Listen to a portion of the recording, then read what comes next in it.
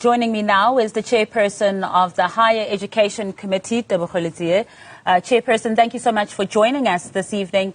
And I guess I'd like us to start with, before we even get to your reaction about the Minister's withdrawal, as to what exactly transpired in a Parliament that led to you getting the EFF MP Sihle Lonzi removed from this week's sitting. I mean, of course, for clarity purposes, for those who may have only caught the tail end of that video that went viral. No, thank you very much. Good evening to you, Masa, and viewers of Newsroom Africa. Thanks for having us. I think to begin is that we had a meeting scheduled on Wednesday with the Department of Higher Education and Training and Construction SETA to get a sense of how far have they been in implementing the recommendations of a forensic report where the department or the SETA paid 18.9 million on, called the Juja report on the affairs of the SETA. And then when the meeting started, I indicated to members that I have received two letters, one from Honorable Sihle of MKP and the other from Honorable Karabo Khakau of the TA a day before, asking me as the chairperson if I have received the confirmation that the minister has appointed people, because there was a leaked list that was doing the round. I indicated to them that we have not received any, but like in any other meeting, when there's an issue of national interest, because this matter had sparked national interest, at the beginning of the meeting, I allowed members, after explaining that part, I allowed members to raise their concerns on the matter and develop an approach on how, as the committee, must address this thing, noting that the person who has legislative powers to deal with the appointment is the minister, and she was not in the meeting. She was attending cabinet. Members, all of them in the meeting, from all political parties that were present at the time, agreed that we will defer this matter. They instructed the chairperson to write a letter to the minister to inform her that in our meeting next week on the 21st of May, she must also bring a report of this nature. She must send it to us by no later than 19 May 2025 on a Monday, so that members can go through it. We then agreed that others were saying, let's ask the DG, but upon looking at the legislation, we then agreed, because the DG plays no role in the appointments of board chairpersons. So we then agreed that we'll pack the matter to the relevant person, which is the minister. Mr. Lonzi was not in the meeting at the time. He arrived late. When he arrived, other members asked questions, and when I gave him an opportunity to speak, he then wanted to speak to the issues that the committee resolved, that let's pack it for the relevant person, which was the minister. And then when I tried to explain to him that, look, the committee has taken a resolution, let's respect it, let's pack it.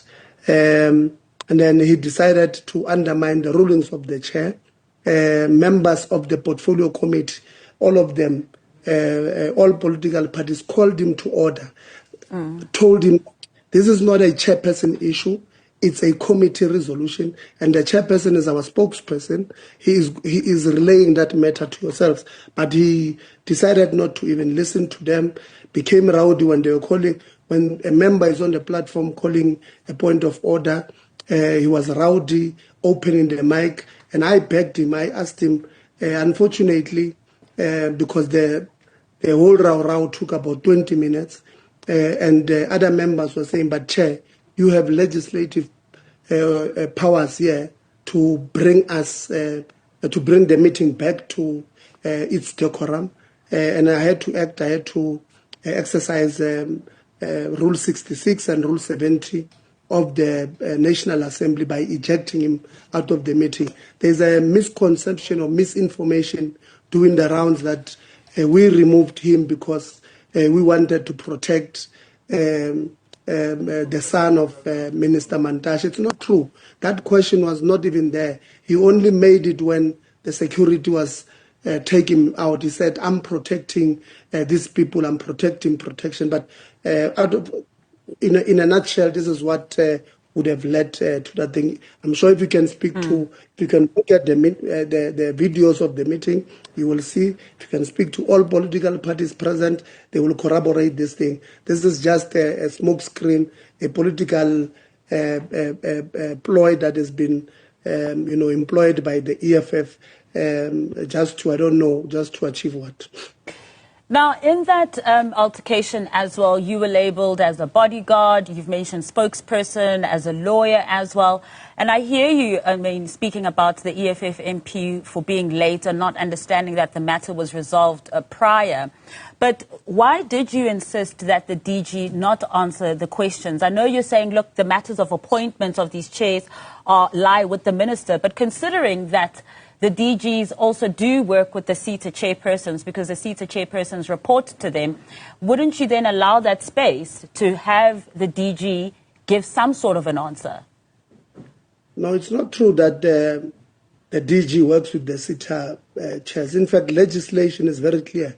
Section 11 of the Skills Development Act, subsection 1, clarifies that there is nowhere, even on accountability, that the accounting authorities of the SITAs must report to the DG.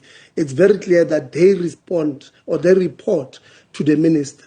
Where the DG enters, it's with the CEOs and your APPs, the budgets, and this was not the question that Mr. Lonzi was asking. So the DGs don't enter anywhere as per the legislation. He only enters in section 10, subsection 1H, where the reporting must go through the department. Other than that, the DG enters nowhere in appointments as per the legislation. Allowing the DG to answer that question would have reduced the meeting of Parliament to gossip. The first point is that we did not have the list from the legitimate person who can send it to us, who's the minister. Secondly, the DG, the minister does not report to the DG, where the DG could say, yes, I've seen the list, the minister sent it to me. The minister does not have to send any list to the DG. The DG will see it when it's gazetted by the minister, by the way. So if the minister was reporting to the DG, it would have been an understandable question. But the DG, the minister does not report to the DG. So we have a responsibility to protect members of Parliament when entities and people who come before us don't answer them, but we also have a responsibility to protect our invitees from being abused.